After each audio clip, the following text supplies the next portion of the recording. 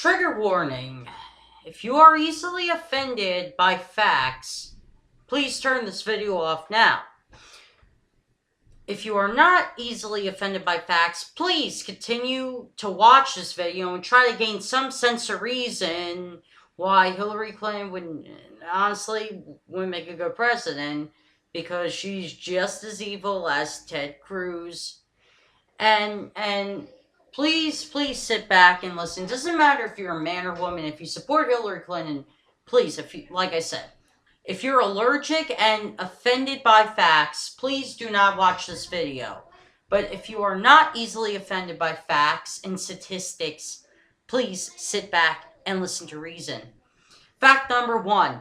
Hillary Clinton claims that she fights for women's rights and that she's a great advocate for women's rights. Hell, even as First Lady, she went to China and said that women's rights are human rights. True, women's rights are human rights, so that counts when she voted for the Iraq War and supported the invasion of Iraq.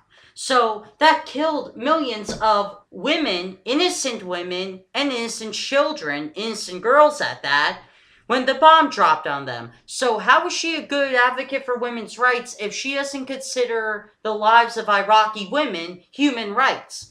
Point number 2. She has her pockets deep in Pfizer and Big Pharma and all these major corporations that the same corporations that are in the pockets of these conservatives like Ted Cruz. Now, why is this a problem? Well, think about it. When it comes down to it, these big corporations, do they have the best interest of the middle class at heart? No way in hell do they have the best interest of middle class citizens at heart. No, they have the interest of their corporate friends at heart. So Hillary, who does these private fundraisers for them, and recently, a couple of weeks ago, remember the whole static story of how Hillary Clinton got a static machine so the press wouldn't pick up what she was talking about to her corporate friends? Well, there you go. She gives one speech to her supporters and for television for the debates, and then she turns around and gives her true Hillary Clinton speech to her corporate friends. So what makes you think she's going to tell you the truth if she's the president? Point number 3. Hillary Clinton will literally say anything to get elected. She will literally take any political position to get elected, and she will not admit the truth when she is caught in a lie. For example, during the Democratic debate, where she was asked about her Wall Street Goldman Sachs transcripts, and she kept laughing at it like it was a non-issue, like a non-important issue, and then when one of the female CNN news anchors questioned her, well, the American people want to see them. Does that make a difference? And she still laughed at it like they're not important, like the American people don't have to see the transcripts. Don't worry, Hillary, we don't have to see the transcripts. We know what's in them just by your refusal for the American people to see them. We already know what's in them. And the other thing is, when she was asked to hand over her emails by the FBI prior to the FBI confiscating our computer server, she said, oh yeah, I handed over the ones that they wanted to see. Obviously not, because they uncovered more than 60 emails that were already marked classified. That were so top secret, not even the public could see them. And the FBI has been building an investigation against her, and she could get indicted any day now. That's just a fact. That isn't a right-wing conspiracy theory. That isn't a Bernie Sanders support conspiracy theory. It's just a fact. And if something happens about it, and she's the nominee, oops. Point number 4. Hillary Clinton is not for the American poor. She is for the American rich. She will copy Bernie Sanders just to get the young vote or just to get the old vote. But better yet, she'll copy Bernie Sanders to get the minority votes, the Latino vote, the black vote. I could go on. She'll copy Bernie Sanders, but that's not really what she means. She'll just say it to get the votes, but she won't really do it. She'll do the bidding of her donors.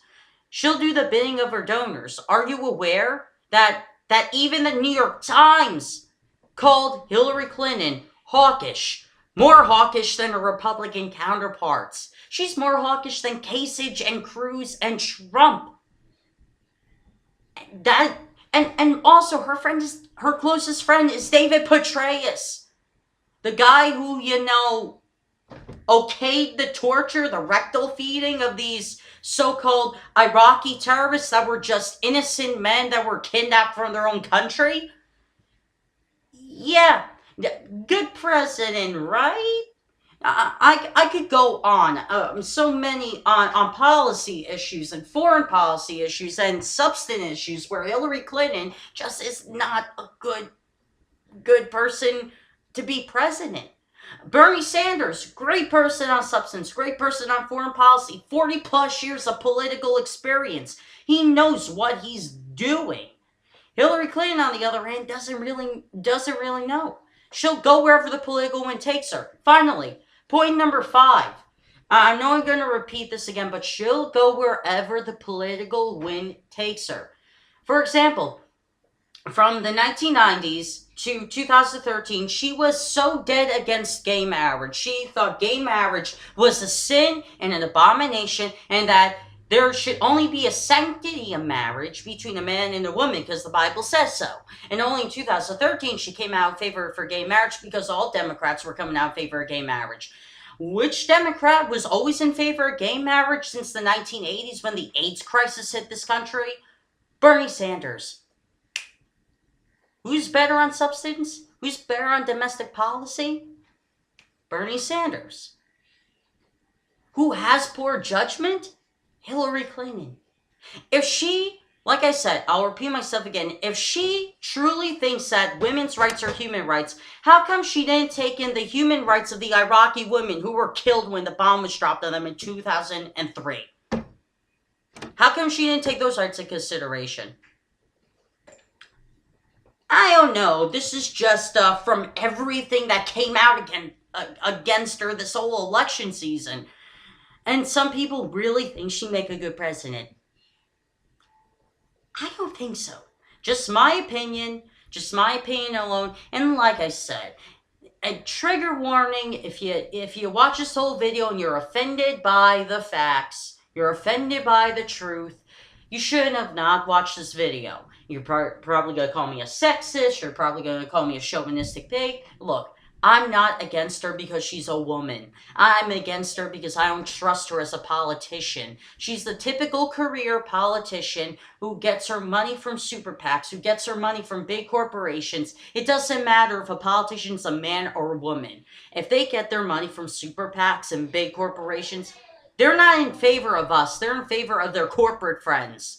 They're in favor of our corporate friends. Every election season, we come around to this same spiel over and over and over and over again. And it's complete lunacy. It's complete idiocracy if we think the same corporate establishment person on the Republican and or Democratic ticket is going to fix a system that they're going to keep in place. It is complete lunacy. You know what isn't lunacy? Authenticity. When we see authenticity, we're told to think of it as lunacy so the establishment can stay in power.